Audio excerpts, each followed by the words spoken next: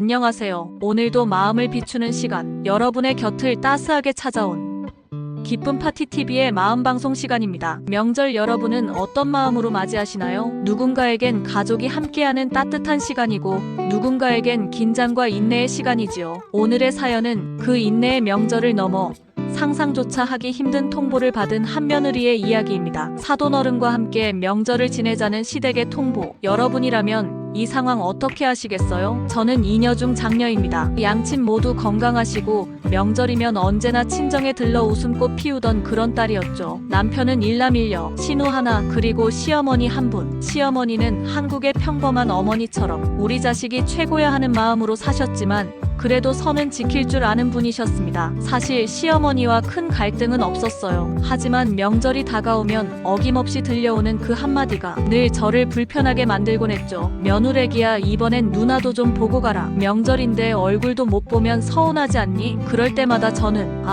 네, 근데 저 이번엔 친정 쪽 일정이 있어서요 하며 웃어 넘겼습니다. 솔직히 저는 신우와는 거의 교류가 없었습니다. 신우가 명절마다 시댁에 오면 저는 그 시간에 친정에 다녀왔거든요. 겹칠 일이 없으니 마찰도 없었죠. 하지만 그 평화가 깨지기 시작한 건 바로 지난 추석이 지나고 며칠 뒤였습니다. 그날 저녁 전화벨이 울렸습니다. 신우였습니다. 처음엔 반가웠죠. 근데 그 다음 말이 문제였어요. 이번엔 우리 시어머니까지 모시고 다 같이 명절을 보내면 어때요? 우리 쪽은 혼자 계시니까 외로우시고 엄마도 좋잖아요. 사돈어른끼리 인사도 하고 같이 밥 먹는 게 뭐 어렵다고. 순간 귀를 의심했습니다. 네, 사돈어른이요? 그러니까 신우 시어머니요? 응. 우리 시어머니 혼자 계시니까 좀 챙겨드리면 좋잖아요. 엄마도 그러시더라고요. 사돈끼리 얼굴도 좀 보자고. 순간 제 머릿속은 하얘졌습니다. 명절을 사돈과 함께? 이건 듣도 보도 못한 조합이었죠. 며칠 뒤 시어머니께 전화가 왔습니다. 신우와 이미 얘기가 다 끝난 듯한 말투였죠. 며느래기야,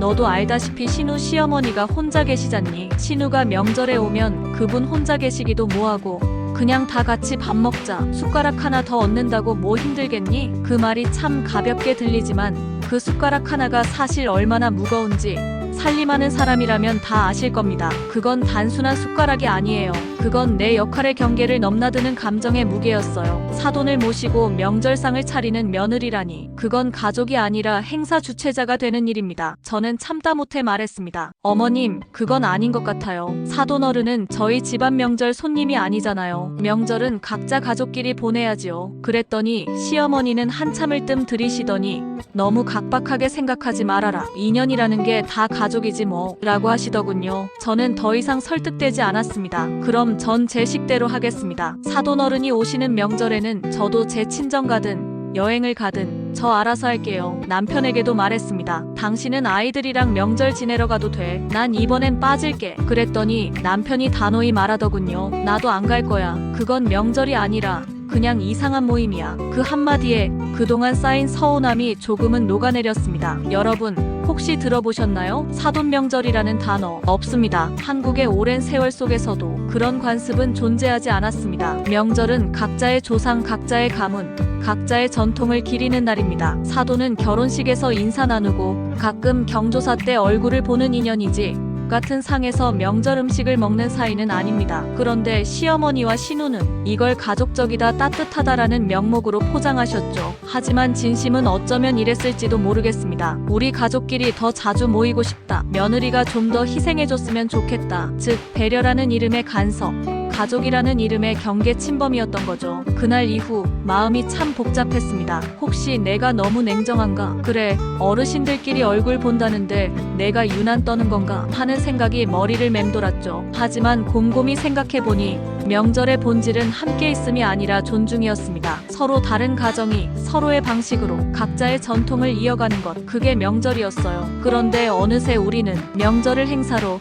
며느리를 주최자로 만들어버린 건 아닐까요? 명절이 다가오면 사람들은 묻습니다. 어디 가세요? 시댁이요. 친정은요? 그건 다음에요. 언제부터 명절이 한쪽의 희생으로만 유지되는 전통이 되었을까요? 사람마다 사정이 다르고 가족 구조도 다르지만 누군가의 편안함이 누군가의 불편 위에 세워지는 순간 그건 더 이상 명절이 아닙니다. 신우의 제안, 시어머니의 동조, 그 안에는 배려도 있었겠지만 결국 그것은 나의 경계를 무너뜨리는 일이었습니다. 그래서 저는 결심했습니다. 내년 설 저는 제자리에서 제 방식으로 명절을 보낼 겁니다. 가족은요, 무조건 함께 있는 사람들이 아닙니다. 선을 지킬 줄 아는 사람들, 그 선을 넘어가지 않으려 조심하는 사람들이 진짜 가족입니다. 시어머니가, 신우가 혹은 사돈어른이 함께 모이자고 할 수도 있습니다. 하지만 그 자리가 누군가에겐 부담이고 누군가에겐 억압이라면 그건 따뜻한 자리가 아닙니다. 명절의 본질은 강요된 모임이 아니라 서로의 안부를 존중하는 마음입니다. 밥 한 끼를 함께 먹는 것보다 당신의 방식을 인정합니다라는 한마디가 훨씬 더 큰 효도일지도 모릅니다. 여러분은 명절을 누구와 보내시나요? 그 자리가 진짜 편안한가요? 아니면 그냥 습관적으로 앉아 있는 건가요? 가족이란 함께 있을 때보다 떨어져 있을 때 더 따뜻할 수 있습니다. 오늘도 각자의 방식으로 명절을 지켜내는 모든 이들에게 진심으로 박수를 보냅니다.